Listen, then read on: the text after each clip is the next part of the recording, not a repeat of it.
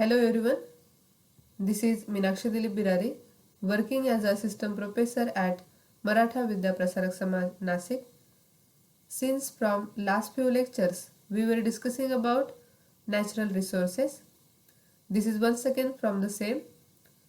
In previous lectures, we have discussed energy resources, the types of energy resources, that is renewable energy resources and non-renewable energy resources in detail. Today I am going to talk about food resources. In this we have to discuss why do we need to improve our food resources and also what are the various food sources of nutrients that we require to maintain a healthy lifestyle. We know that food is essential for growth and development of living organisms. These essential materials are nothing but the nutrients, and these nutrients are available from variety of animals and plants. There are thousands of edible plants and animals over the world, out of which only about 3 dozen types constitute the major food of the humans. Plants and animals are the main sources of food for human consumption. During the prehistoric period, man was totally dependent on the natural plant food like leaves, flowers, fruits, and tubers. By hunting wild animals, he was fulfilling the need for proteins in his diet. In the course of time, he learned to cultivate the plants and domesticate animals for his food requirements. Now, in the age of science and technology, man has made tremendous progress in food production. After Green Revolution, our country has made tremendous progress in the food production and now is self-sufficient in food production.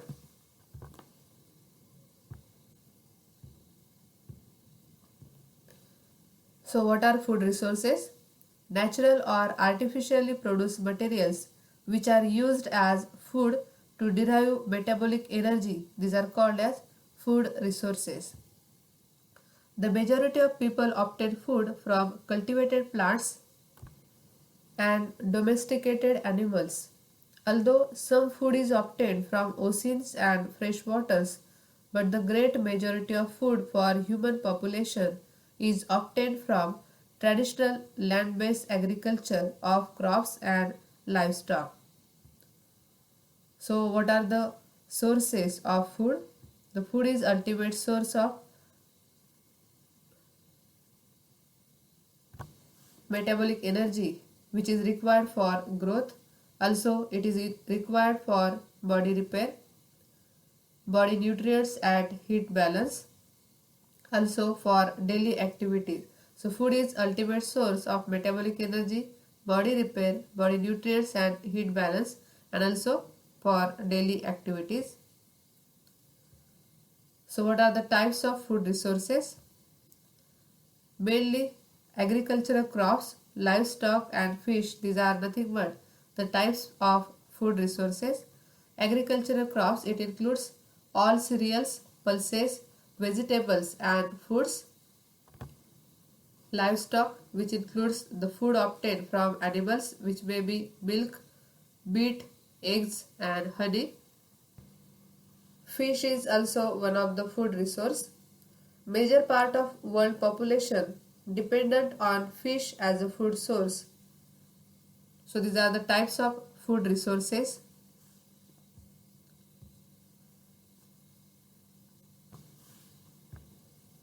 So some species of crops provide food whereas others provide commercial products like oils, fibers, etc. Raw crops are sometimes converted into valuable edible products by using different techniques for value addition. At a global level, only 20 species of crops are used for food. These, in approximate order of importance, are wheat, rice, also maize, corn, potatoes, barley, sweet potato, oats, pulses, vegetables, fruits, sugarcane, and milk, and also meat and fish. So these are the major food resources. It is estimated that out of about 2,50,000 species of plants, only about 3,000 have been tried as agricultural crops under different agroclimatic conditions. 300 are grown for food and only 100 are used on a large scale. So these are the different species of crops which provide the food material, and these are nothing but the major food resources.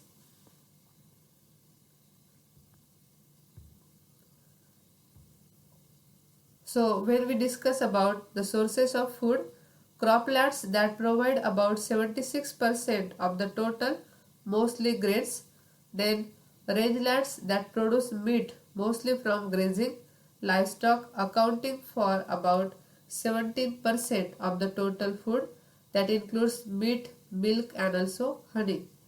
Fisheries that also supply the remaining food source, that is about 7%. So simply croplands, that is about 76% of the world's food, rangelands it gives 17% of the world food, and oceans it gives about 7% of the world food. So there is enough food for every person in the world, but millions do not have the money to buy food. So that is the sources related to the food material. The croplands, rangelands and fisheries that provides maximum amount of food.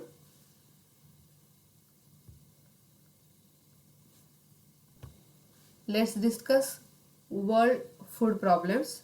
So what are the world food problems? Due to wide gap between developed and developing countries with regards to the food production, world facing acute problems of food shortage and starvation. So what are the important problems related to food?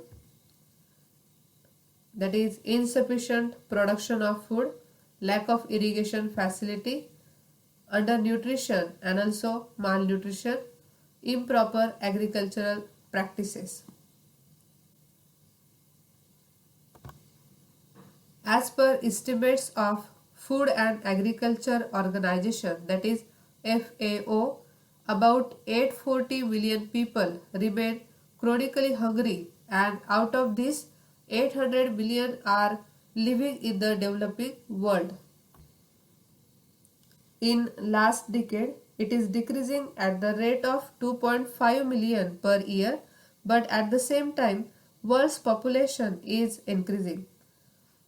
So the target of cutting half the number of world's chronically hungry and undernourished people by 2015 will difficult to meet if the present trend continues. So due to inadequate purchasing power to buy food, it is difficult to fulfill minimum calorific requirement of human body per day. Large number of people are in India are poor, which can be attributed to equitable distribution of income. So food insufficiency can be divided into two categories, that may be undernourishment and malnourishment, and both of these insufficiencies are global problems. So these are the important problems of food, that are insufficient production, lack of irrigation facility, undernutrition and malnutrition, improper agricultural practices.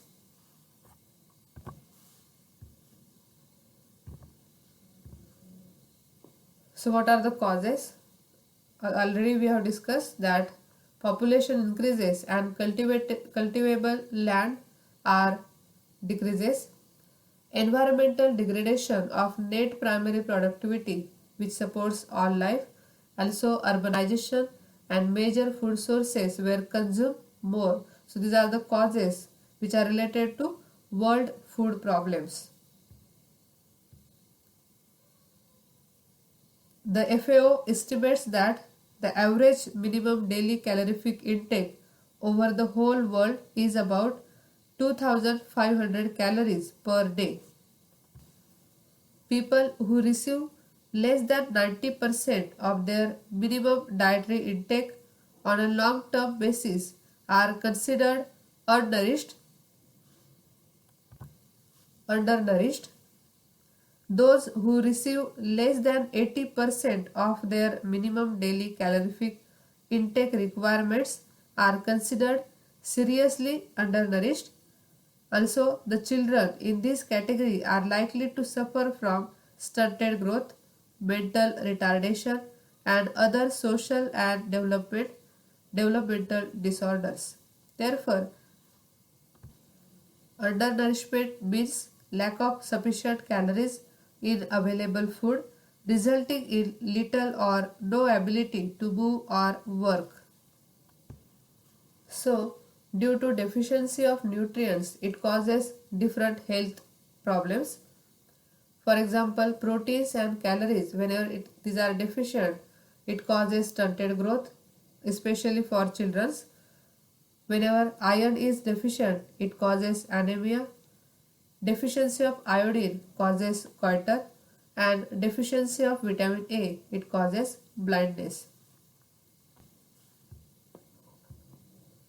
Now, what are the factors causing food problems? These are geographical conditions, lack of rainfall, population growth, natural hazards. These are flood, drought, earthquake, storms, inadequate distribution system, poor quality of soil, social disturbances. Plants are the major source of food, therefore, it becomes necessary to increase the production of crops to feed the ever increasing human population. So, the natural factors like rainfall, climate, and soil conditions determine the cropping pattern.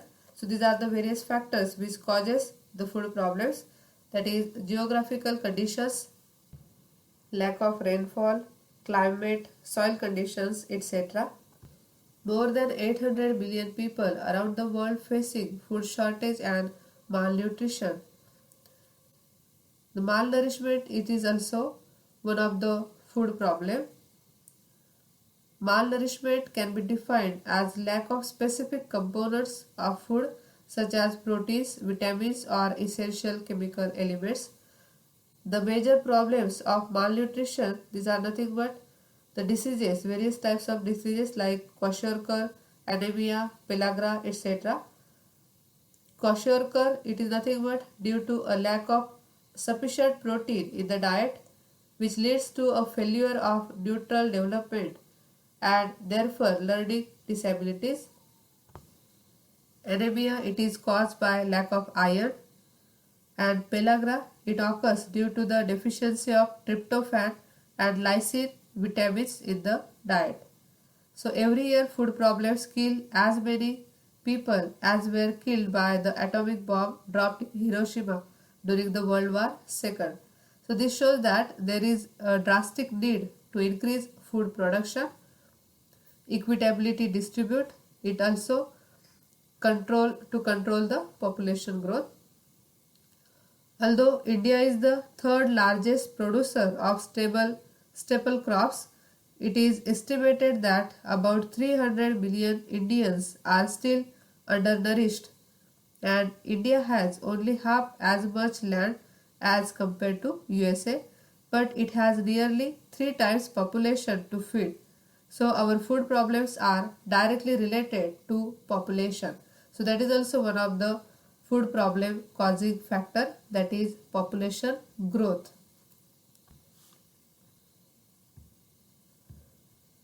So what are the environmental impacts related to food resources? It includes overgrazing, land degradation, also soil erosion, loss of useful species. So let's see what is the effect of agriculture. From centuries, agriculture is providing inputs to large number of industries, involved in production, processing, and distribution of food. Accordingly, agriculture has significant effect on environment. The agriculture also makes impact on the usage of land generally as shifting cultivation, depletion of nutrients, soil erosion, deforestation. These are the impacts related to agriculture. Also, the fertilizers related problems, which includes micronutrient imbalance, nitrite pollution, and also eutrophication. Some other problems include waterlogging, salinity problems, and such others. So let's see in detail about the effect of environmental factors on the food. First of all, the effect of modern agriculture. For sustainable production, modern techniques are used to enhance the productivity of different cropping systems under different agroecozones. The adoption of modern agricultural practices has both positive and also the negative effects on environment. So the effects of modern agriculture, these are briefly discussed under these headings, that is nothing but the impacts leading to high yielding variety, then fertilizer related problems which may be related to micronutrient imbalance, nitrate pollution or eutrophication. The nitrate pollution, which is well known, related to blue baby syndrome. Then pesticide related problems which create the suppressed and also the death of non-target organisms, biological magnification, and the risk of cancer. Modern agriculture is mainly based on technological factors like the use of improved seeds, chemical fertilizers, synthetic pesticides, and extensive irrigation. The excessive inputs of these were made in agriculture to boost the production of food material. The increased use of these inputs caused multiple environmental problems such as adverse side effects from the use of fertilizers, biocides, excessive irrigation, and plant protection chemicals like pesticides, eruption of diseases due to monoculture, and depletion of genetic stock due to the use of high yielding varieties. So there may be the various side effects if we use the excess amount of the modern technologies or the various factors to improve the production of food material. So following scientific approaches are generally considered in modern agriculture, that is use of high yielding varieties of seed, also use of chemical fertilizers, use of pesticides, modern irrigation practices. So if we use these inputs in excess amount, that will cause the multiple environmental problems such as adverse side effects from the use of fertilizers, biocides, excessive irrigation, and plant protection chemicals. So what are the side effects, adverse side effects? That is, first of all, effect of chemical fertilizers. So these are the different effects related to use of chemical fertilizers to increase the production of food. We know that chemical fertilizers causes loss of soil fertility and also the degradation of soil quality. They also create nitrate pollution in groundwater when they dissolve in water and leach into the soil. The nitrogen fertilizers lead to the accumulation of nitrate in the soil which are transformed to living organisms, and also excess use of fertilizer causes eutrophication. Eutrophication is nothing but the growth of algae in rivers, ponds, lakes due to pesticide pollution in the water bodies. For example, increased level of phosphates in different water bodies results in eutrophication. So that is nothing but the growth of algae in rivers, ponds or the lake. It occurs due to excess fertilizers. So these are the effects of chemical fertilizers. Then second one, that is waterlogging and salinity. What is waterlogging? Accumulation of water on land for longer period, that is known as waterlogging. High water table or surface flooding can cause waterlogging problems. Waterlogging may lead to poor crop productivity due to anaerobic condition created in the soil. In India, deltas of Ganga, Andaman and Nicobar Islands and some areas of Kerala are prone to frequent waterlogging. Waterlogging causes moisture to percolate down, which dissolves the underground salts in it, and these salts emerge on the surface of land after the water is evaporated, and this leads to the salinity in the soil. So, due to adoption of intensive agricultural practices and increased concentration of soluble salts leads to salinity.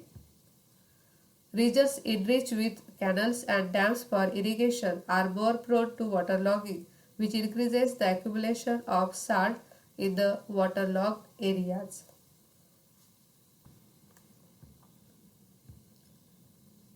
So, what is the effect of waterlogging? In short, waterlogging causes denitrification. Also, there is the growth of microorganism, growth of only a few specific plant species due to lack of insufficient nutrients in soil, lack of oxygen in logging area, and long-term logging also reduces the aesthetic values also. So these are the effects of waterlogging. Secondly, salinity. Accumulation of salts such as sodium chloride, sodium sulfate, calcium chloride and magnesium chloride that leads to salinity. So due to adoption of intensive agriculture practices and increased concentration of soluble salts leads to salinity. Due to poor drainage or dissolved salts accumulate on soil surface and affects the soil fertility. Excess concentration of these salts may form a crust on the surface which may be injurious to the plants, and also the water absorption process is affected and uptake of nutrient is also disturbed due to salinity. So that is also one of the things related to use of the various input to boost the production of food. Now the another one, that is overgrazing. The overgrazing is nothing but the practice of grazing by large livestock for a long period on a land without giving sufficient recovery time. That is called as overgrazing. So what is the effect of overgrazing? Elimination of sensitive edible plant species and also the dominance of some species it occurs. Also the acceleration of soil erosion and decrease in soil fertility, that is one of the effect. Accumulation of large quantity of animal waste in downstream water bodies causing problems of water pollution and also eutrophication. So because of overgrazing the agricultural land gets affected. These are nothing but reduction in growth and also diversity of plant species. It reduces the plant cover, leads to increased soil erosion, and cattle trampling leads to land degradation. So what is the overgrazing and also the effects of overgrazing? The carrying capacity of land for cattle also depends upon microclimate and soil fertility. If the carrying capacity is exceeded, then land is overgrazed. So that if the carrying capacity is more, then the land will be overgrazed. So what is the overgrazing? We have seen in detail, and also the effects of overgrazing. Now the next one, that is fish, which is also one of the food resource. So how important is fish as a food source and where does the fish come from? So let's see about the food resource, that is fish. Fish and seafood contributes 17 billion metric tons of high quality protein to provide balanced diet to the world. About 2 billion people in developing countries depends on fish as their main source of food. 55% fish come from ocean, whereas 33% from aquaculture and 12% inland freshwater fishing. Presently, the aquaculture provides only small amounts for world food, but its significance is increasing day by day also. So when we discuss, that is one of the food resource, that is fish. Fish and seafood contributes about 17 billion metric tons of high quality protein to provide balanced diet to the world. So about 2 billion people in developing countries depends on fish as their main source of food material. Now, what is the need related to food resources? It is nothing but to improve the food resources as per the increasing population. So there is a need to introduce the production efficiency of crops and livestock because rapid increase in population, no major scope of increase in area of land under cultivation. So there is need to introduce the production efficiency of crops and also livestock. So how it can be done? Simply by employing sustainable practices. So what is sustainable practice? It is nothing but increase in food production and nutrient quality without degrading our environment and disturbing the ecological balance which is required in agriculture and also in animal husbandry.